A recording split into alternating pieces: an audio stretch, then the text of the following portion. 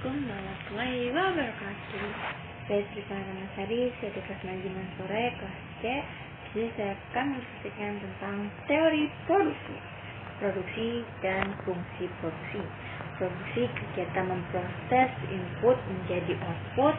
Produsen dalam melakukan kegiatan produksi mempunyai landasan teknis yang di dalamnya teori ekonomis disebut fungsi produksi.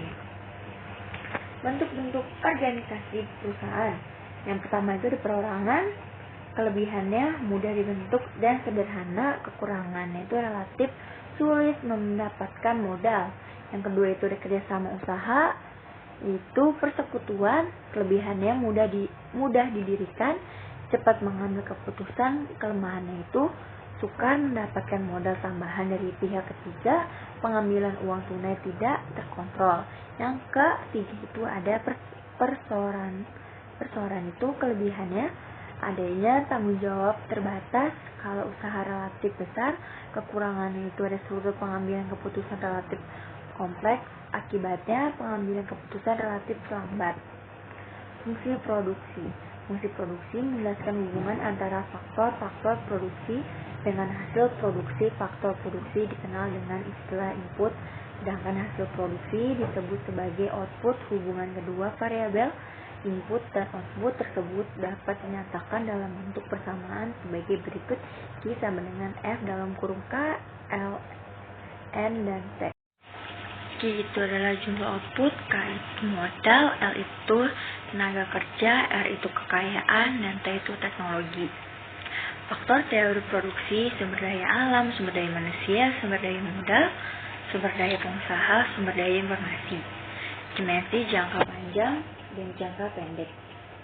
Produksi jangka pendek yaitu bila sebagai faktor produksi jumlahnya tetap dan yang lainnya berubah, misalnya jumlah modal tetap sedangkan tenaga kerja berubah. Produksi jangka panjang itu semua faktor produksi dapat berubah dan ditambah sesuai kebutuhan. Tahapan produksi itu reproduksi total, produksi rata-rata, produksi marginal. Produksi total itu merupakan produksi yang dihasilkan oleh sejumlah tenaga kerja tertentu. Keadaan dalam tahap ketiga ini menunjukkan bahwa tenaga kerja yang digunakan adalah jauh melebihi daripada yang diperlukan untuk menjalankan kegiatan produksi tersebut secara efisien. Produksi rata-rata. Produksi rata-rata yaitu produksi yang secara rata-rata apabila produksi total adalah TP, jumlah tenaga kerja, dan L, maka produksi rata-rata AP dapat dihitung dengan menggunakan persamaan berikut: AP sama dengan TP per L. Produksi marginal. Produksi marginal itu tambahan produksi yang diakibatkan oleh pertambahan satu tenaga yang digunakan apabila AL adalah pertambahan tenaga kerja, APT adalah pertambahan produksi total, maka produksi margin MP dapat dihitung dengan menggunakan persamaan berikut: MP sama dengan APT per AF. Produksi kegiatan proses input menjadi output. Produser dalam melakukan kegiatan produksi mempunyai landasan teknis yang di dalamnya teori ekonomis disebut fungsi. Teori produksi dengan satu faktor berubah. Law of dimension retur penambahan faktor produksi yang terus-menerus akan mengakibatkan turunan jumlah produksi. Tahapan pertama, produksi total mengalami pertambahan yang semakin cepat. Tahapan kedua itu produksi total pertambahannya. Yang ketiga itu produksi total semakin lama semakin berkurang. Produksi dengan kedua input variabel. Isokuan, suatu kurva yang menunjukkan berbagai kombinasi input faktor tenaga kerja L dan modal K dapat menghasilkan sejumlah output yang sama. Slope dari isokuan diturunkan dari fungsi produksi apabila Q sama dengan F dalam kurung QL KL, maka slope dari isokuan adalah MP atau MP. Kurva isokuan menunjukkan kombinasi dua faktor produksi yang menghasilkan jumlah produksi yang sama. L50, B40, C41, dan D38.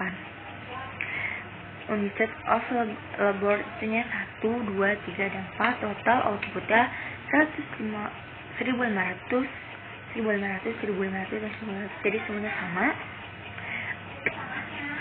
Isokan adalah kurva yang menunjukkan kedudukan dari titik yang menunjukkan kombinasi faktor produksi yang dibeli oleh produsen dengan sejumlah pengeluaran total PO dan harga-harga faktor produksi yang tertentu. Kurva ISOL menunjukkan kombinasi dua faktor produksi dengan biaya yang sama. Kemudian ISOL ditentukan oleh P per P, di mana P menunjukkan harga tenaga kerja dan P menunjukkan harga barang normal.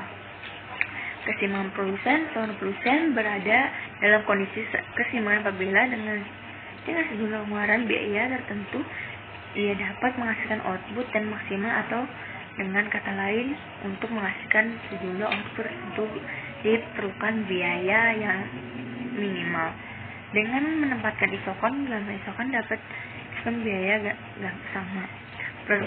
Perusahaan pada pasangan sumbu yang sama, kita dapat menentukan titik equilibrium. Produser ini ditunjukkan oleh titik M. Perusahaan tidak dapat mencapai isokon 3 dengan isokon jika perusahaan produksi sepanjang isokon 1. Isokon tidak dapat memaksimalkan output. Isokon 2 adalah isokon tertinggi yang dicapai oleh perusahaan dengan isokon.